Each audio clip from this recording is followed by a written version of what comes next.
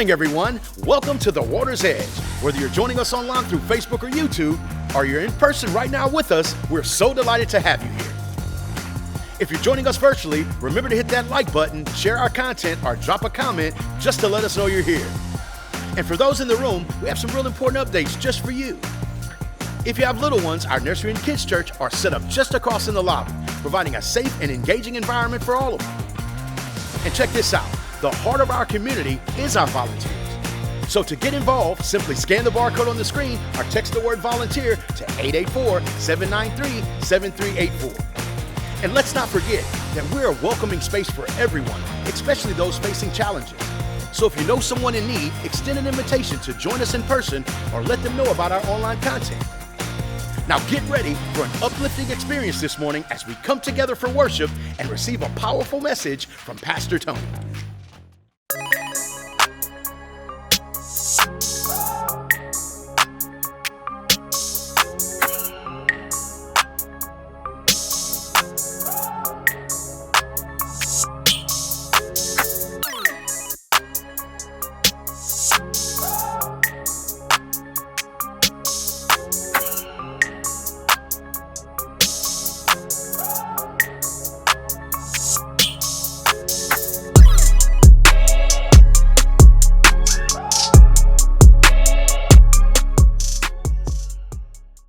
What's up, everybody? Good morning, and once again, welcome to our Water's Edge Sunday morning online worship experience. Thank you so very much for tuning in, hanging out with us today. For those of you that continue to like and share these online worship experiences with your circle of influence, once again, thank you so very much for doing that. Continue to do that. We have people that's tuning in from all over the place. And also, for those of you that continue to worship with us online through giving and generosity, maybe by meeting our new $10 challenge, thank you so very much for doing that. You allow us to minister to people, love people, help more people, feed more people, serve more people, shelter more people. You allow us to be the visible love and the visible hands and feet of Jesus Christ to our city and our community. You know, God uses the most unlikely people. Let me ask you a question. What do you think you have in common with some of God's most unlikely disciples, with some of God's most unlikely warriors? I think most of us were probably all given a nickname growing up.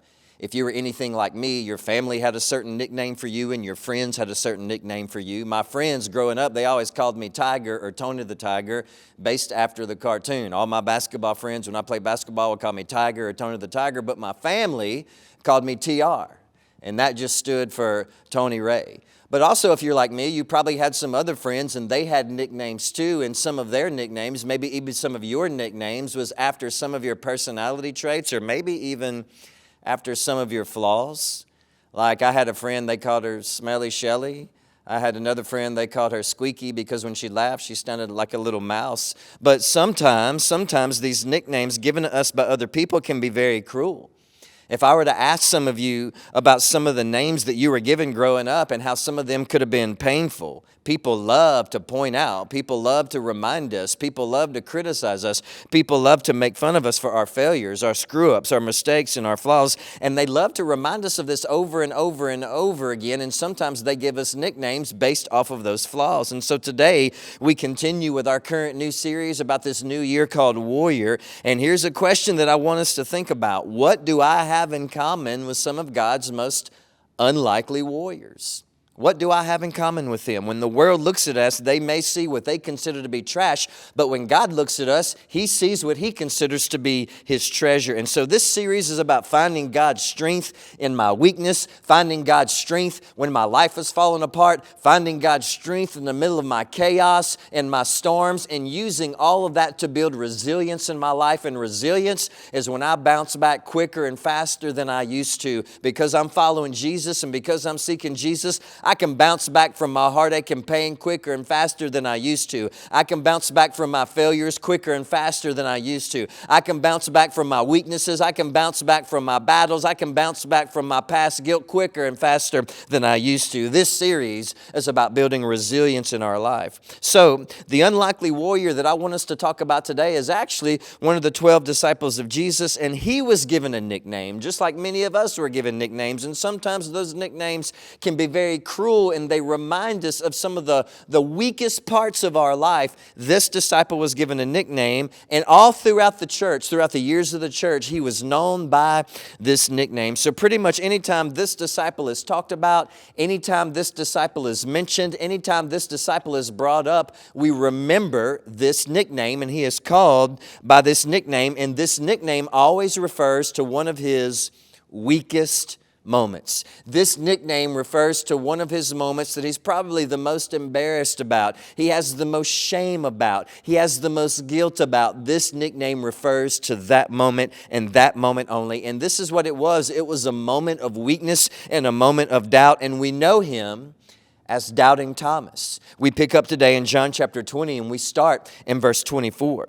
One of the 12 disciples, Thomas, nicknamed the twin, was not with the others when Jesus came. This was right after Jesus rose from the dead and he was appearing to his disciples in his resurrected form. And so it says right here that the disciples gave Thomas a nickname, and that nickname was the twin, pretty much because his name meant in Aramaic and Greek, the twin. And so he probably had a twin brother. And so when they talked about Thomas, they were like, oh yeah, that's the twin. Why? Because his name meant the twin, and he probably had a twin brother. So that was his nickname, Thomas the twin. But we pick up in verse 25. They told him, we've seen the Lord. But he replied, I'm not going to believe it unless I see the nail wounds in his hands and put my fingers into them and place my hand into the wound in his side. 8 days later, the disciples were together again, and this time Thomas was with them. The doors were locked, but suddenly, as before, Jesus was standing among them. Peace be with you, he said. Then he said to Thomas, put your finger here and look at my hands. Put your hand into the wound in my side. Don't be faithless any longer. Believe. My Lord, my God, he exclaimed. This one episode, this one moment in the life of Thomas that has caused the church for years and years and years to highlight his weakness, to call him by his nickname, that highlighted one of his weakest moments in his life, a title, a name that highlights his battle, his struggle, his brokenness. He was given a label, Doubting Thomas, for years by the church and by everyone. And so, most of the time when we hear about this one disciple, it's always in this category. Oh, he doubted Jesus. He had doubts about God. He had doubts in his faith. That's Doubting Thomas. He's the doubter. He doubted Jesus. And as religious people, we're so good at that, aren't we? We're so good at pointing out the weaknesses of other people. Oh, they're coming to church now. Don't you know what they used to do? Oh, they're coming to church now. Don't you know what they used to be tied up in? Oh, they're coming to church now. Don't you know about their past? Don't you know that they used to do or they used to be this or that, this weakness, that weakness, this battle, this storm, this is what's wrong with their life, and on and on. We love to highlight people's lives by their battles, by their failures, and by their struggles. And the church has become very good at that. But 3 words, shame on us for doing that. But always remember this, and this is always true in God's kingdom. Resilience will help you overcome all of that. Resilience will help you overcome your weaknesses. Resilience will help you overcome your battle with low self-esteem. Resilience will help you overcome doubts about your faith. Resilience will help you overcome doubts about God. Resilience will help you overcome doubts about yourself. Resilience will help you overcome doubts that other people have about you and the labels that other people have given you. Resilience will help you overcome all of that, because here's some other things that we need to know about Thomas. So in John chapter 11, Jesus has a friend named Lazarus, and Lazarus passed away. He's in a place called Bethany in a region called Judea. Lazarus is dead, and Jesus needs to go. He's going to raise him from the grave. Well, all the other disciples are kind of like this. Jesus, the last time you went there, you almost died. These people in that region, they want to kill you. They want to stone you, and they want to kill us too. So it's not safe for you to go back there, and it's not safe for us to go back there. Let's not go. Let's not go minister there. Let's not go do this. Let's not go love on those people. Let's not go help that family. It's too dangerous. We don't need to go. Every disciple said that except one disciple. Notice this, John chapter 11, verse 16. If you're still with me, say I'm still with you.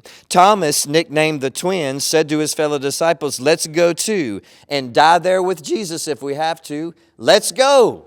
And if we have to, let's die with Jesus. I don't know about you, but that's bold. That's prepared. That's brave. That's courageous. That's what a leader does. Courage is when you're willing to do what everyone else around you is afraid to do. And in this moment, Thomas was the only person willing to do what all the other disciples were afraid to do. In this moment, he stood out as someone who was courageous and someone who was a leader. But we don't talk about this moment much, do we? We don't refer to him by this moment. We don't call him brave Thomas. We don't call him courageous Thomas. We don't call him bold Thomas. We don't call him prepared Thomas. No, we overlook this moment and go straight to that one moment that we think is something that's so wrong and so weak. We go to that one moment where he struggled. We go to that one moment where he battled. We go to that one moment where he failed. We go to that one moment that produced so much shame and guilt in his life. That one moment where he doubts, and we don't call him brave Thomas or courageous Thomas or bold Thomas. No, we call him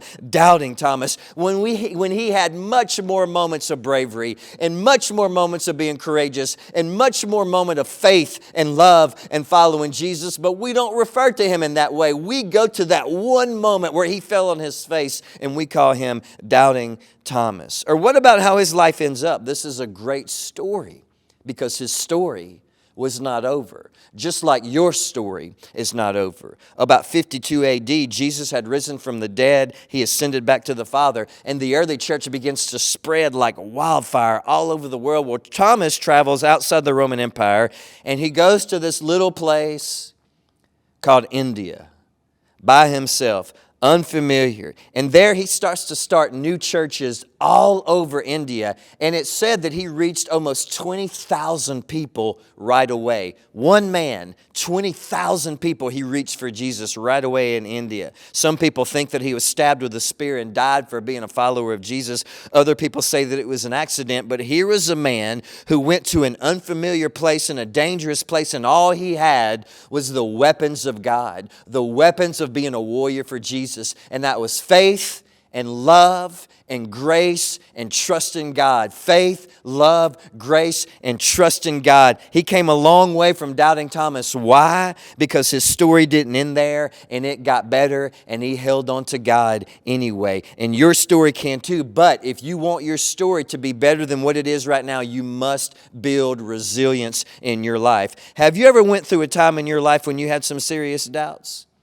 Some real serious, intense doubts about God, about Jesus, about the Scripture, about the faith, about yourself, about your own sincerity, about your own walk with God, about how authentic you really are. If I were to ask you to raise your hand right now or to comment right now, if you've ever battled with serious doubts about God, about Jesus, or about yourself and about your own sincerity, then we would all raise our hand. We would all make a comment. We have suffered and we have doubted God. We've been through tough times and we've doubted God. We've had heartache and pain and we've doubted God. We've had chaos in our life and we've doubted God. We've had disappointments in our life and we've doubted God. We've been through hell on earth and we've doubted God. We've faced giants. We've had to climb mountains and we've doubted God. We've had to face so much confusion in this life and still hold on to God, but we still doubt God. We have faced failures and battles and sins and regrets, and we doubt ourselves. We face questions and confusion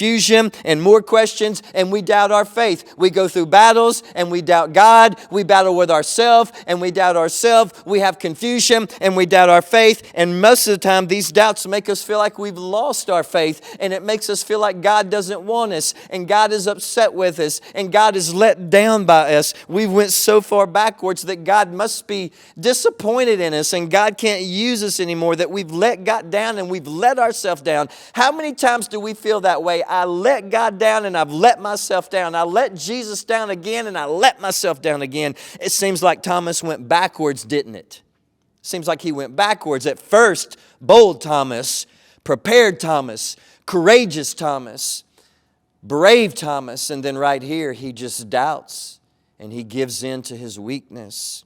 In John chapter 11, while Jesus is still alive and with Thomas, he's bold and he's brave and he's strong. And we're the same way. When it feels like God is close to us and everything in our life is going just fine and easy, then we hold on to our faith. But in John chapter 20, after Jesus died, Thomas thought, Jesus is gone. He's left me and us. He has left me and us. We're walking around in the dark. We're walking around in uncertainty, and we don't know what to do. Even after Jesus shows back up, Thomas doubted. It seems like he just went backwards, and we do that too. We go through heartache in this life that makes us feel like God is far away, or God is disappointed in us, or God doesn't want us anymore. And we doubt if we'll ever be close to God again. Even when he tries to move on us, we doubt that we'll ever be close to God again. Even when he tries to pursue us, he'll answer a prayer, but we're in so much pain that we doubt. He'll move on us in worship, but we're in so much pain that we doubt. He'll work in our hearts. He'll work in our circumstances. He'll work in our mind. He will work in our feelings, but we're in so much pain that we doubt because we think that our doubts have caused God to move away from us and be upset with us or be disappointed in us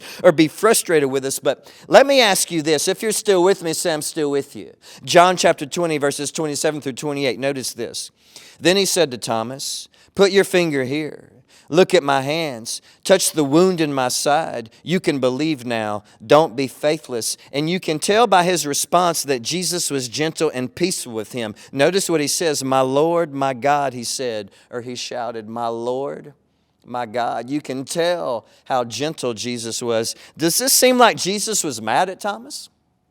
Upset with Thomas? Disappointed with Thomas?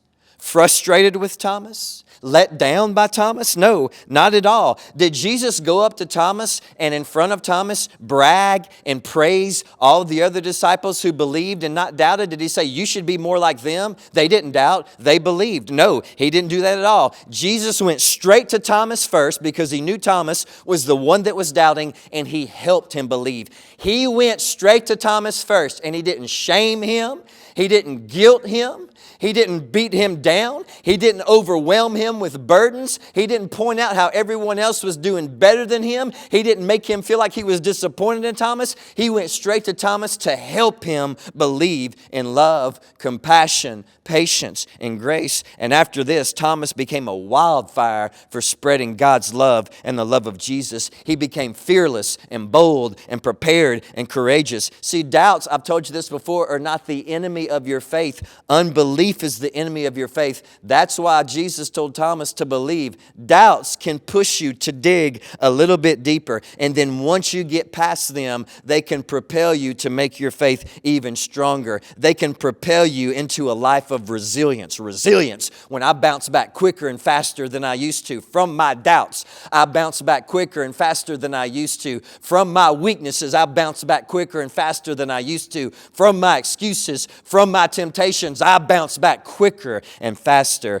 than I used to. Now, in light of all that, let me give you just a couple of observations to take home with you today and to make this personal. The first thing is this, and notice this today. If you're still with me, say I'm still with you. Doubt your doubts about God. Say, "Tony, I have doubts about God. What if God's not really good? What if God doesn't have all power? What if God isn't as loving as I've been taught? What if God isn't as forgiving as I've been taught? What if God isn't real at all? What if none of this is true?" But here's another question. What if your doubts aren't true? What if God's love is better than you can imagine and better than what you've been taught? What about His grace? What if it's better than you can imagine and better than what you've been taught? What about His forgiveness? What if it's better than you can imagine? What if His forgiveness is better than what you've been taught? What if Jesus is better than you can imagine and better than you've ever been taught? What do I do when I have doubts about God? I doubt those doubts and I believe and let them push me to dig into resilience. When I have doubts about God, I immediately doubt those doubts and let them push me to dig and move my life and my faith into resilience. The next thing is this. If you're still with me, say I'm still with you. Doubt your doubts about yourself. Yes, your faith could be stronger. Yes, your faith could be more sincere.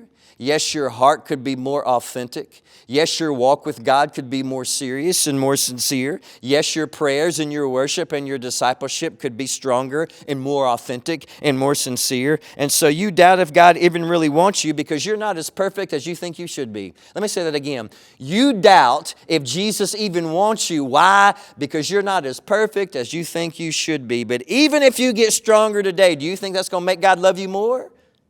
If you get stronger today, do you think that's going to make Jesus come back down again from heaven and die for you all over again because He loves you even more? Do you think if you pray more today, it's going to make God love you more? Do you think if you worship harder today, it's going to make God love you more? Do you think if you have a stronger faith today, it's going to make God love you more? Nothing can make God love you more. He loves you perfectly. You have all these doubts about yourself and doubts about God. Doubt your doubts about God and doubt your doubts about yourself. You think God's disappointed with you. You think God's upset with you, and so you back away from God. And the whole time Jesus is pursuing you, running after you. He wants you, and He wants to love on you. And He says, here, look at my scars. Look at the wound in my side. Believe, because I have done so much for you. I had the skin ripped off my back for you. I had nails in my hands and nails in my feet for you. I got nailed to the cross for you because I love you. They placed me in a tomb. I rose from the dead. Look at everything I've done for you. Now rise back up and believe and step into resilience.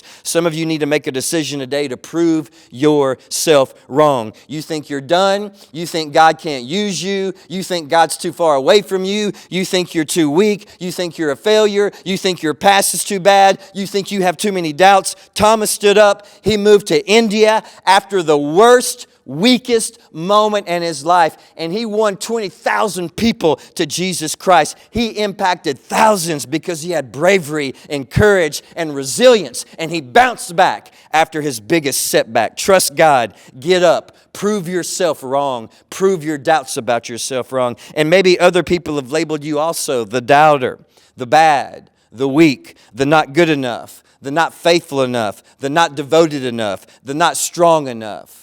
Other people are going to doubt you too. Prove yourself wrong. But you know what? Prove them wrong too. They have doubts about you. They have doubts about your faith. Doubt their doubts too. Stand up. Prove them wrong.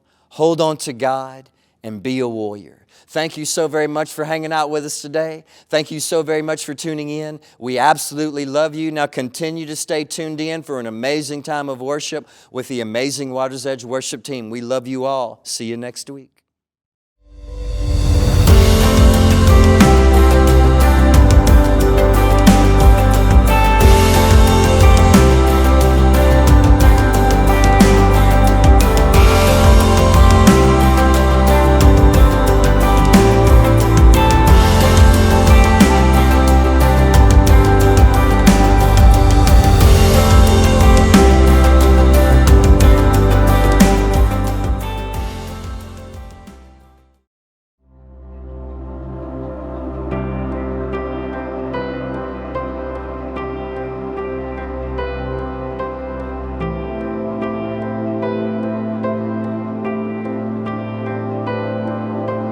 I just want to speak the name of Jesus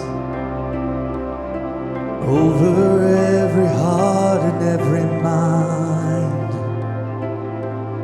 'cause I know there is peace within your presence.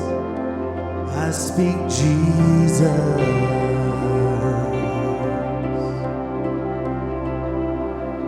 I just want to speak the name of Jesus till every dark addiction starts to break, declaring there is hope and there is freedom. I speak Jesus. Your name is power. Your name is healing. Your name is life. Break every stronghold. Shine through the shadows. Burn like a fire.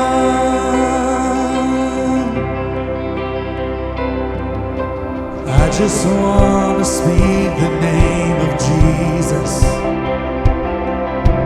over fear and all anxiety, to every soul held captive by depression. I speak Jesus. Your name is power.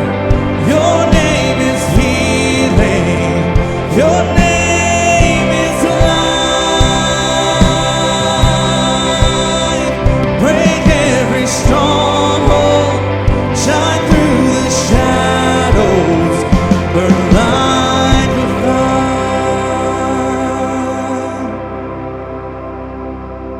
Shout Jesus from the mountains. Jesus in the streets. Jesus in the darkness over every enemy. Jesus for my family, I speak the holy name, Jesus.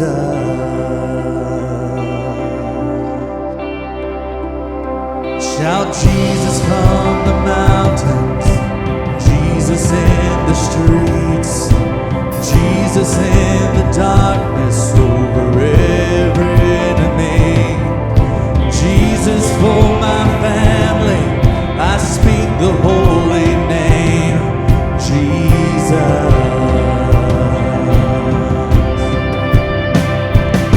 Shout Jesus from the mountains, Jesus in the streets, Jesus in the darkness over every enemy. Jesus for my family, I speak the holy name, Jesus. Your name is power, your name is healing, your name is life. Break every stronghold, shine through the shadows, burn like a fire. Your name is power, your name is healing, your name is life. Break every stronghold, shine through the shadows, burn like a fire.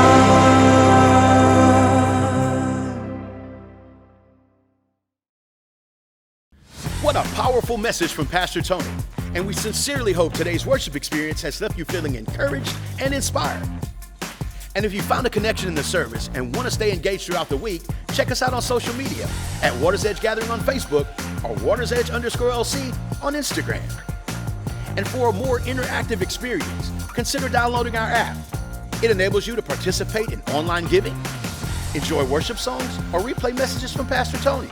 And whether you're curious about salvation and baptism, interested in volunteering, or have a prayer request, just make your way to the Welcome Center in the lobby, scan the barcode on the screen, and one of our dedicated volunteers are ready to assist you.